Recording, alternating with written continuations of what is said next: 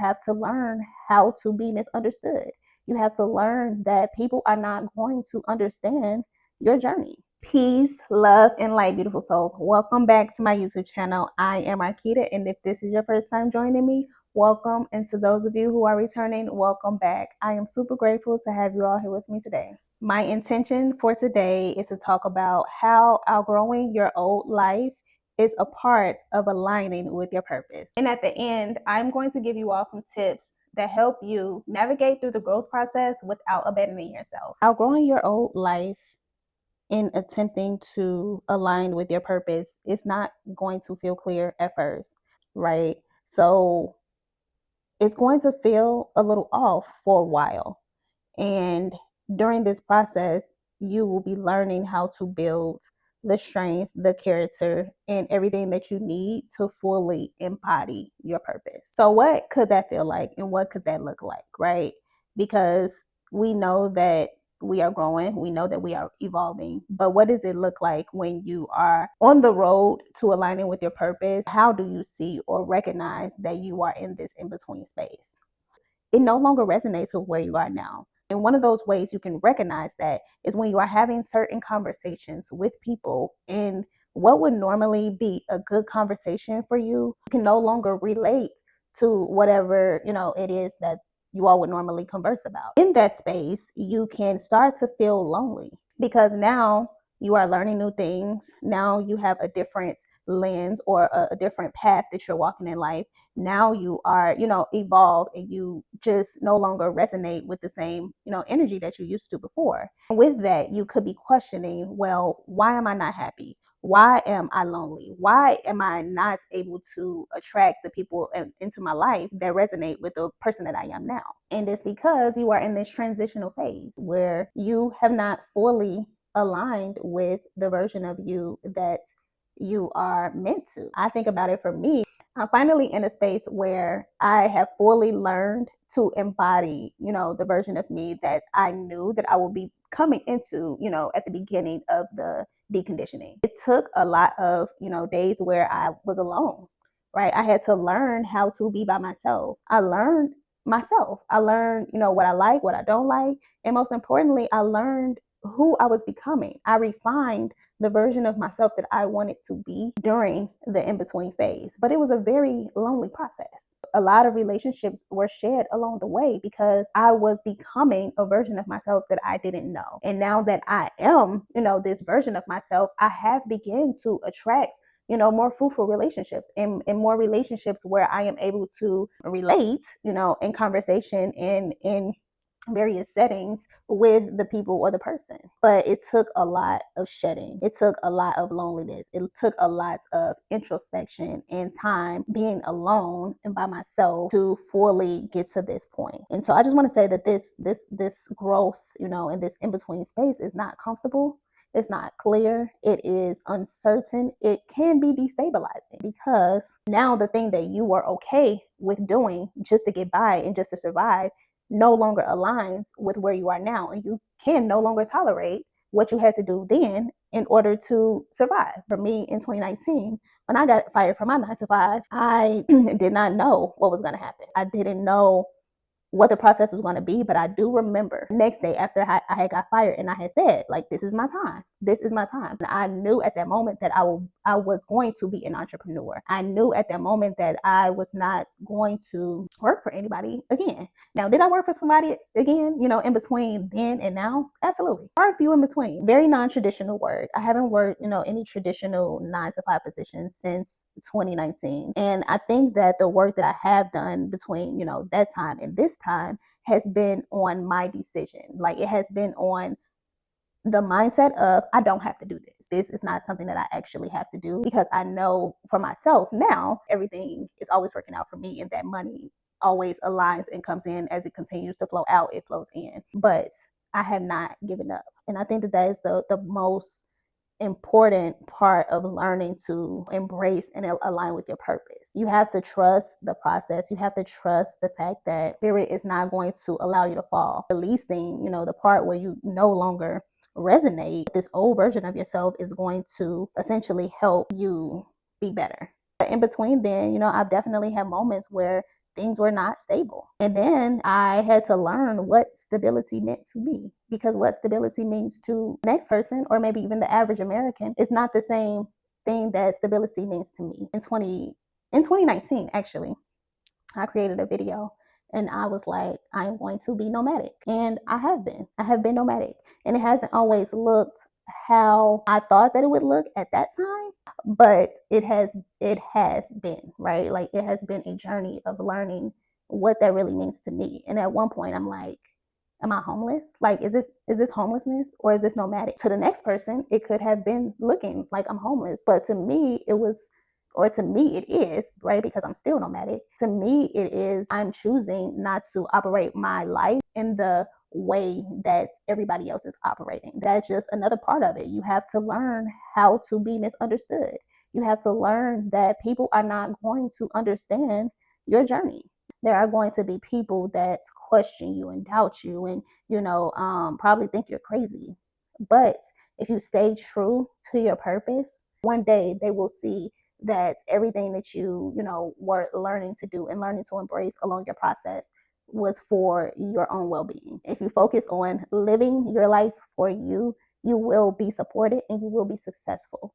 And success is subjective as well. Everything is subjective, but success is subjective. You define for yourself what success looks like for you. Another part of it is grief. There's going to be some grief along the trail of learning how to, I guess, embrace the fact that you are growing into another version of yourself. I miss some of the friends that I used to have when I was that version of myself. I miss the things that we used to do and the lifestyle that we used to have when I was that version of myself. Would I trade it? Absolutely not. I would never trade it. But it's just learning that you can miss those parts of yourself. You can miss those people and those experiences. Like, they are yours. They are sacred to you, right? But at the end of the day, you know that you have to grow up. You know that you have to align with your purpose. You know that life can be better, if you learn to shed that part of yourself and, fully embrace the newer version of yourself. But it's okay. It's okay if you miss that old version of yourself. It's a part of the process. Grief is a part of the process. I don't ever want to negate the fact that you will probably more than likely have a grief process along this journey, like in this in-between phase. And with the grief, you can also have some confusion, because it could be like, well, why am I missing this version of myself? And you can even try to go back.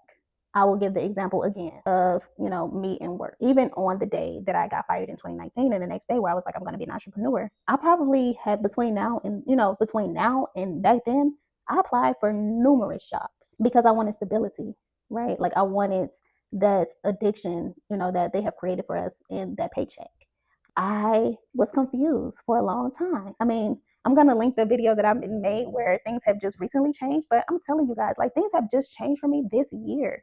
You're talking about 2019 to 2026. How many years is that? 7 years, 6 years of learning that this is not my path. I kept trying to dip into this old version of myself. I kept trying to go back to what I have known until it finally clicked. Like, this is not it.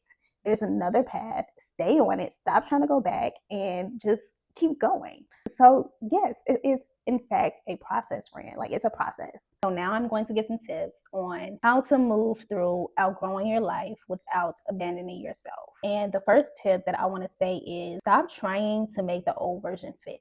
Stop going back and trying to put a square peg into a round hole. Like, it's just not a part of the equation anymore. That puzzle piece is complete and it's connected, and now you are on to the next puzzle piece. Yes, there are connecting points, but at the end of the day, you don't have to undo the last puzzle piece in order to complete the puzzle, because you actually want to complete the puzzle, right? So stop trying to make that version of your life work, because you're not that person anymore. That's not what you believe anymore. That is not the way you live your life and how you show up in your life anymore. Just allow that to be the case and just sit with it. Just sit with that you are not that version of yourself anymore. And my thing is, if you feel like you are forcing it, it is probably not aligned, right? If you feel like you are forcing it, it is not in alignment. You have to lose control. You have to learn how to lose control. The second tip that I have for you all is to allow it to be unclear for some time. I think we are too quick to rush into clarity, myself included. I want to know the meaning of everything. I want the lesson now. Okay. I be wanting a lesson on the day that the events happen. Like, what? And I'm always, I'm a person who likes clarity. Clarity is going to be in the process of the becoming. You don't need a fully mapped out plan in order to move forward. You just need to know this is where I'm headed, and I'm going to take a step today in order to live that life. For example, in 2019, right, I put all of my stuff in storage.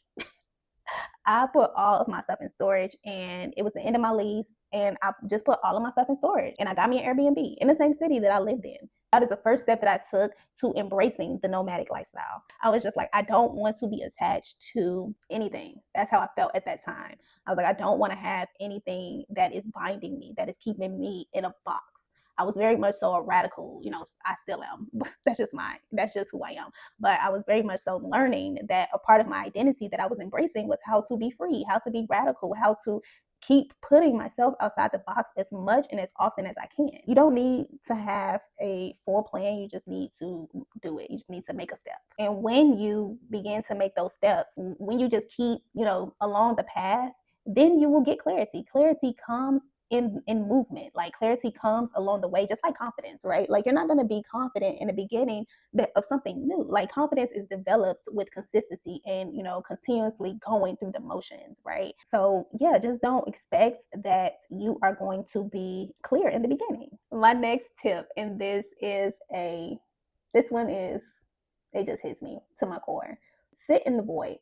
Just sit in the void. Don't rush to fill it with more things after you have shed and released, parts of yourself. Just sit in the void. Sit in what it feels like to just no longer be in resonance with it. In the beginning stages of, my journey, I rushed to fill the void with tons of, things, right? Like I said, I tried a bunch of different lanes before I ended up here. I did Forex, I did life coaching, I was a personal trainer. So I had different things that I wanted to do that I just tried on. And that's, I was just trying to fill the space. I was just trying to fill the space of doing something, that I really enjoyed doing, that wasn't necessarily my purpose, but I just enjoyed doing them. In the in-between space, I was rushing. I was in a rush to fill the void.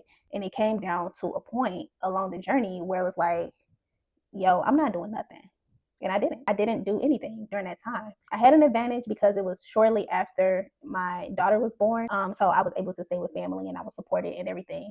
I think I've had quite a few moments of where I've been like, I don't need to fill this void with anything because I know I'm going to be taken care of. Another moment where I was, learning that I didn't have to fill the void was when, after I came back from Colombia, I was trying to figure out if I wanted to stay. I was couch surfing and it was just a very uncomfortable space in my life. You would say that I was homeless. Like, that felt like I was homeless. But after that, and when I got that house in gig, when I was like, I am not doing nothing. I was like, I'm not doing nothing. I'm not controlling anything. Like, I really was like, I'm not doing anything. If you want me to do something, bring it to me, essentially. And the next day I got that house sitting gig. I was like, oh, I can do this, and even though I was pet sitting, it didn't feel like I was doing anything. It didn't feel like I was trying to fill the void or fill it in with anything at that time. I was just living my life. And I remember that whole summer of just living in other people's houses for free. And I was like, oh, this is nice. This is lit.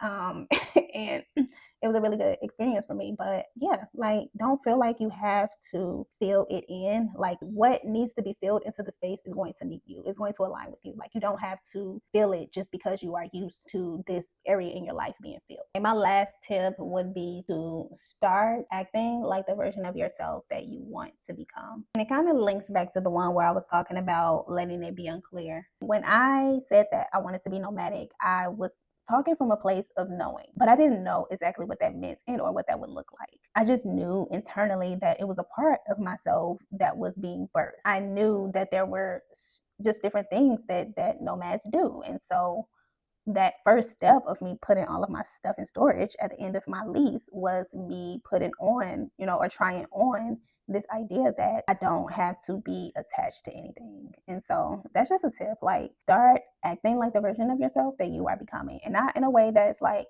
fake. In order to manifest, it requires a little bit of delusion. It requires a little bit of acting and performance, because in the acting and performance, you are getting into the embodiment of the version of yourself that you want to be. In that energy, and the universal energy will acquiesce and catch up to that version of you. Make sure that you are beginning to act like the version of yourself that you are wishing to align with. That's all I got for you all. I really hope that you all enjoy this video.